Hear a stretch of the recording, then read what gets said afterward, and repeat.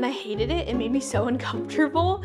I don't know what the heck was happening in this book. I did not like it at all. He sucks. He sucks. He's toxic. I knew I was gonna like this book, okay, but I didn't think that it was gonna be like one of my top books. Number 1 so far in 2025 is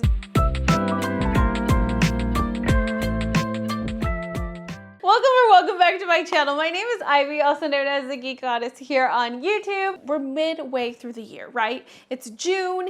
Half of the year is already over. We've got the other half to go. So I thought it would be fun to give you guys my top books so far for 2025 and the bottom worst. So let's go ahead and get started.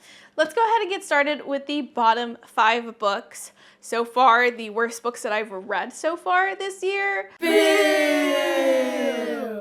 Let's get started with number 5, going in no particular order because I hated these equally except for one. One is like number 1. The first one, we're starting with The Unworthy by Agustina Basterica.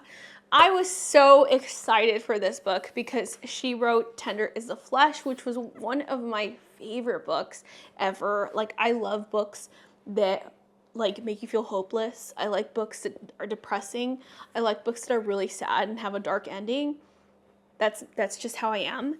And this one, I don't know. It didn't do it for me. And this one, we are following a nunnery. Nunnery, is that what it's called? Where there's nuns. A convent. A convent. So we're following a convent full of nuns, not a nunnery. What's a nunnery? So we're following a convent full of nuns, and all of these nuns, they worship someone, right? I forgot who they worship, but they worship someone, and they call and it's like a post-apocalyptic tale. So they call the god, I think it's the God of the Bible, the false god. And so they have a brand new religion, and these nuns are so messed up, and they do some shady stuff. And we're following our main character, who is the odd nun out, right? Like, she doesn't believe in a lot of the things that the other nuns do. The sisters are all sort of backstabbish and horrible. And then she meets this person, and then things take off from there.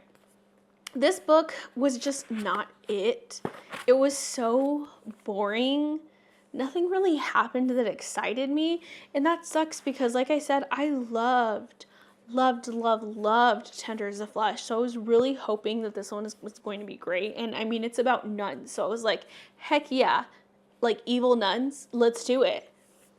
And it just was not it. It was not it. So The Unworthy by Agustina Basterica was a unworthy read for me. The next one is going to be There Are No Saints by Sophia Lark. I really wanted to like this book because this is my first Sophia Lark, and I really like the author as a person. She just seems like an amazing person, and so I really wanted to like this book. This is a dark romance about this guy who competes as a serial unaliver with another guy, and then this other serial unaliver, like, he leaves this girl as his present to him, but instead he like falls in love with her, and it just wasn't good. Like, I don't know, like, usually serial unaliver romances are my shiznit. Like, I read Butcher and Blackbird, loved it. The Mind F series, I loved that series as well, but this one was just boring. I don't know, the main character had no personality.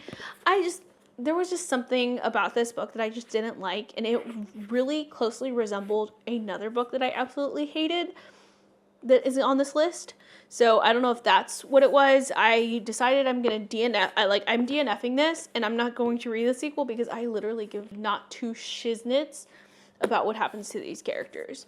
So there's that. Let's talk about a book that I didn't necessarily hate this book, but it's just, I really don't remember too much about what happened. And I know a lot of people are going to be really mad at me for this one because this is a beloved book.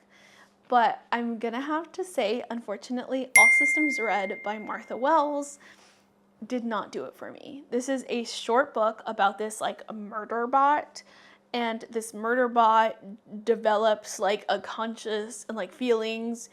And I don't know, I wanted to like this so much, especially since I heard all the hype about it. And I don't know if it's because I heard all the hype that it made me feel like I was going to be absolutely obsessed with it, and it let me down. And that's why it didn't do it for me. It was like a 2.75 stars. It wasn't horrible, but it was just forgetful, if that makes any sense. Like, I literally don't even remember anything that really happened in the book, and I just read it like a week or two ago. So if that doesn't tell you anything, I don't know what does. So that's Murderbot Diaries. Now the next one, another book that I did not like, and another one that it sucks because I really wanted to like this one, is Wake Up and Open Your Eyes by Clay McLeod Chapman. This is a book about Republicans, right? So Republicans are watching Fox News, and all of a sudden, when they're watching Fox News, they get hypnotized, and they basically become like zombies, right? But everybody that's not Republican and doesn't watch Fox News isn't really affected by it. And it is, I don't know, like, at first I was like, okay, this is pretty interesting, but then something happened that was just so, like, disgusting. And if there was a reason for it, I would be more understanding, but there really was no reason why this certain scene happened, and it kept happening over and over and over again, and it just came out very like perverted for no reason at all, and I hated it. It made me so uncomfortable because I'm like, if it had a purpose, that'd be different, right? If it had a purpose, that'd be different, but it literally was just there for no reason. I didn't see a reason for it, and it just came off really, I don't know, it just gave me an icky feeling. And I think that's from there, it just kind of went downhill from there. And I just didn't like it. Like, it just sort of, yeah, it was a flop. It was a flop for me. And it sucks because I really wanted to like this. And I didn't. I didn't at all. This was like a 1-2 star for me. It was horrible. So, unfortunately, Wake Up and Open Your Eyes is going in my bottom for 2025 and probably going to be unhauled. The next and last book, the finale, the worst of the worst books that I read so far this year, is Corrupt by Penelope Douglas. Penelope Douglas wrote another book called Punk 57, which I absolutely devoured. I loved it. This book, however, I don't know what the heck was happening in this book. I did not like it at all. We have our main character, Erica, and she has, like, the hots for, I forgot who it was, but he sucks. He sucks. He's toxic. Erica is a follower and also toxic. And there's, like, some underage stuff that happens, and I did not like this at all. It, like, irked me to the bone. I hated it. I ended up DNFing it, but then I was like, I tried to force myself to finish it, so I got about, like, 80% in, and then I was like, screw it. I'm just going to read the ending because I don't care anymore. And I did, and I still didn't care. This book was horrible. I hated it. I did not like anything about this book at all. This is probably one of the worst books I've ever read in my life. That is so sad to say, but it was.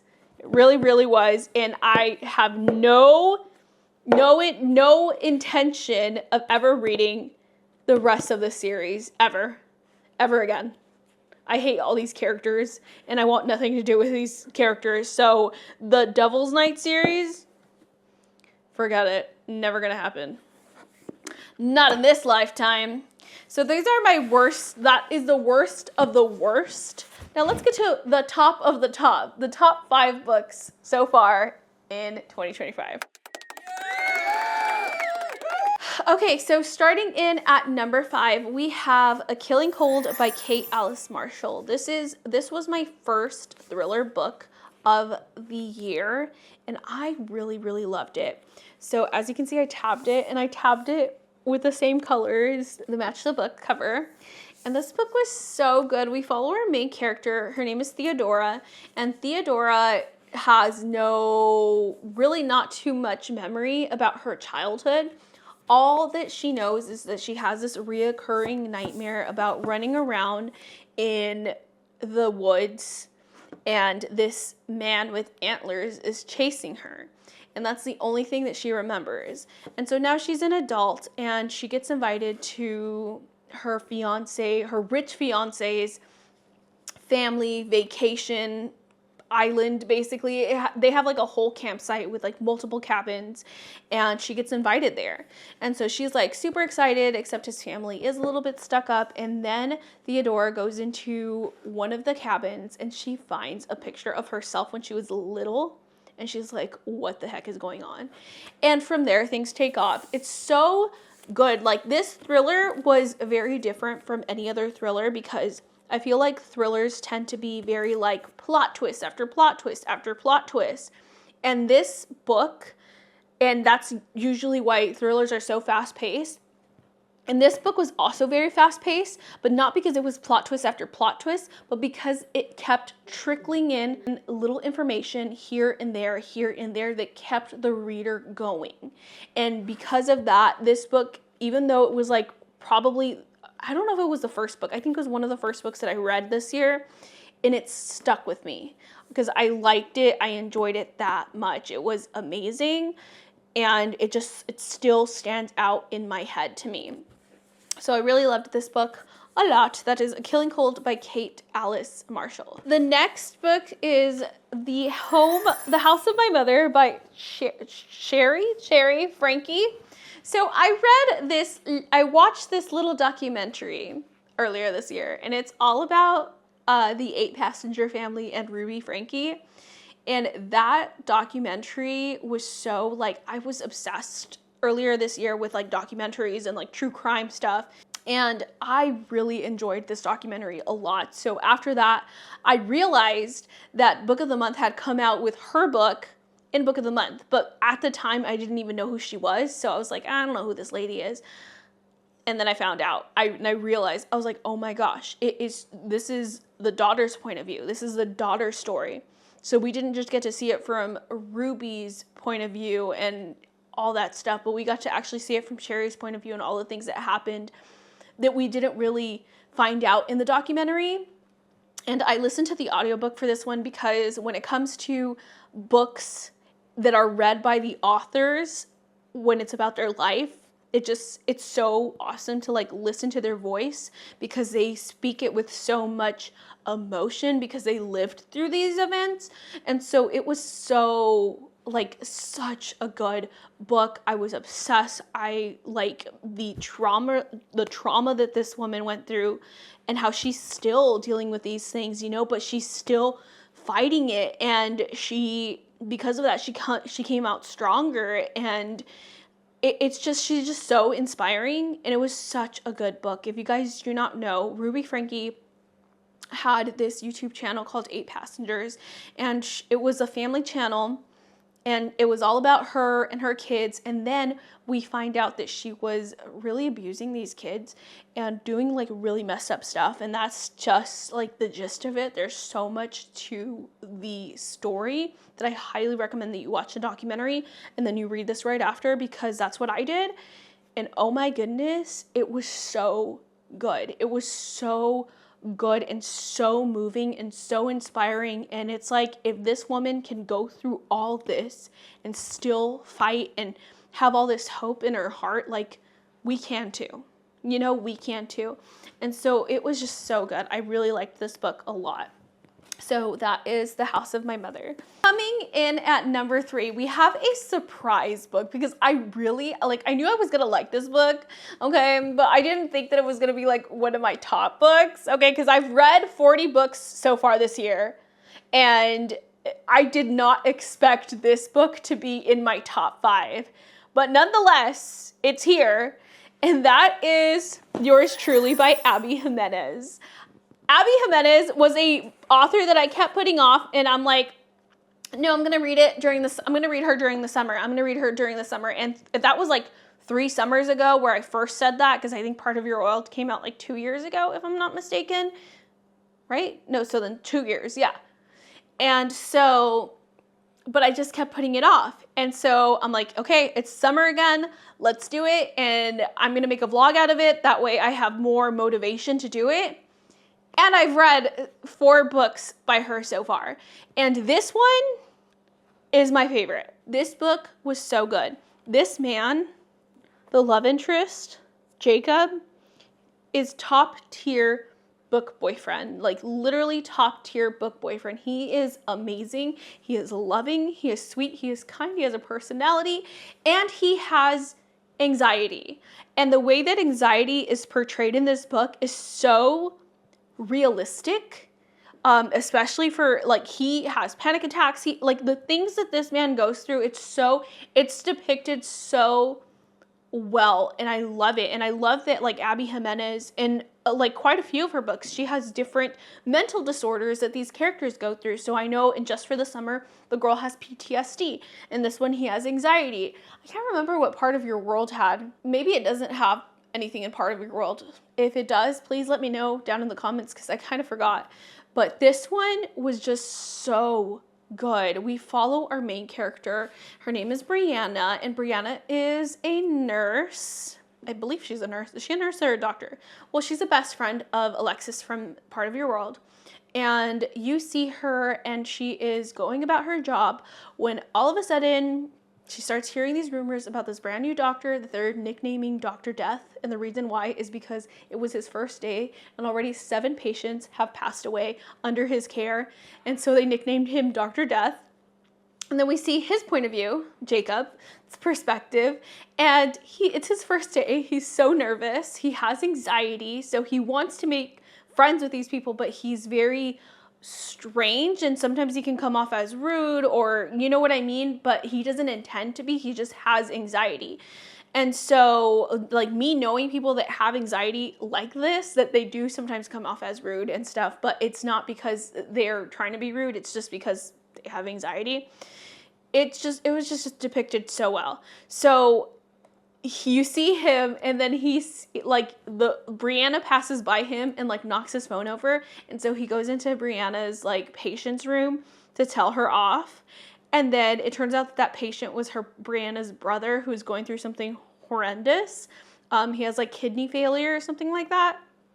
And thus their bickering begins, but then it turns into a friendship, and then from there it blossoms from there. But it's just so good. Like this, I really enjoyed this one a lot. Part of Your World was great, but this one was even better. Like, this is probably the top tier Abby Jimenez book that I've read thus far. Like, I really enjoyed this one a lot. This is one that I could literally go back and read it over and over and over again. So amazing. So highly recommend this one. And that is coming in at number 3. Number 3. Now, coming in at number 2, we have a dark fantasy romance, and it is Anathema by Keri Lake. Why did no one tell me that dark fantasy romance existed? Why did no one tell me that there was such a thing as fantasy, romance, and horror mixed together? Okay, we have the main character who can see the dead. We have, like, what is it called? Like crows and witches and all these dark, like, monsters. There's all these dark aspects to this book, and this book can be so brutal and body horror and just have all the elements of horror that I love, but still have a fantasy aspect to it and a romance aspect. This was literally my favorite 3 genres put together into one book, and I devoured this book.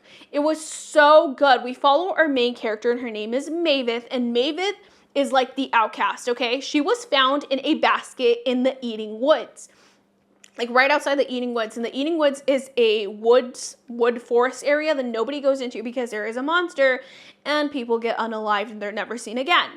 And so they find her and they decide not to unalive her. And this is a really religious town. And so instead, a woman takes her in, or a man, is it a man?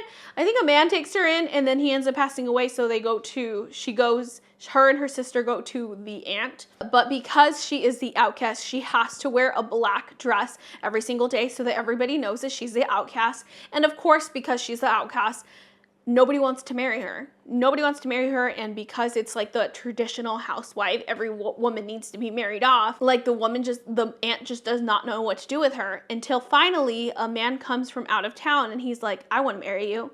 He's this creepy dude, and Maeve is like, no, thank you. And then something happens. She gets sent to the Eating Woods, and things unravel from there. On the other hand, on the opposite side of the spectrum, we have Zavander. And Zavander is this guy that has like shadow scorpions. So he's a shadow daddy who has scorpions.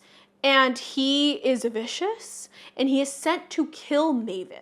He has to go and kill Maeve because that is the only thing that will stop this sickness that he has. But when he lays eyes on her, he can't do it.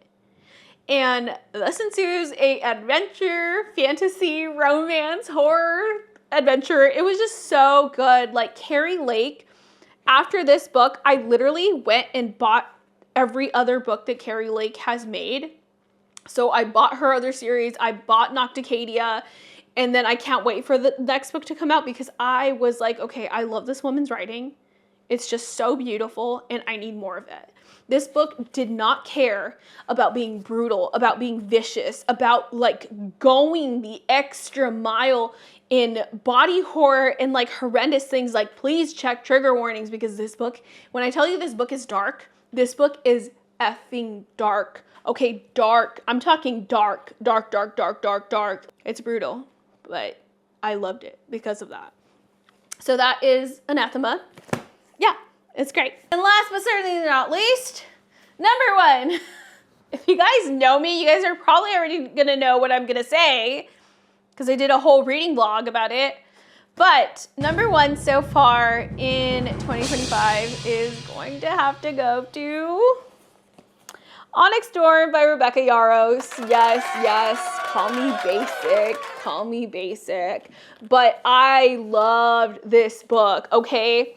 This book was everything that Iron Flame should have been, because we are continuing the story of Violet and things unravel from there. I can't really say too much about it because I don't want to spoil anything in case you guys have not read the series, but just know that the world expands and it becomes more of, instead of it being like a romantasy, because the romantasy aspect is already fulfilled, it turns into a high fantasy with so many adventure, action aspects to it. And I loved this book so much because of it. We had such a expansion in the world, in the politics, in the people, in the cultures, and like the magic systems. It was just so amazing. And I absolutely loved every single second of it. My jaw dropped all the time, literally, because it was like plot twist after plot twist.